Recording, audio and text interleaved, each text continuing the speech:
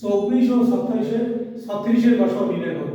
আমরা 24 ও 36-এর গসা নির্ণয় করব মৌলিক উৎপাদকের সাহায্যে। তো 24-এর মৌলিক উৎপাদকগুলো আমরা দেখব। 2 দুগুণে 4, 2 দুগুণে 4, 4 দুগুণে 8, 3 আর 24। 24-এর মৌলিক উৎপাদক। তদ্রূপ 36-এর 2 গুণ 2, 2 দুগুণে 4 গুণ 3 গুণ 3, 2 দুগুণে 4, 3 4 12, 3 12 36। 24 ও 36-এর মৌলিক উৎপাদক কমন আছে, এখানে আছে 3, এখানে আছে 3, আর 2 2, 2 এ 2 আর একটা 3। তা গসাগু সমান 2 গুণ 2 গুণ 3, 2 দুগুণে 4, 3 4 12।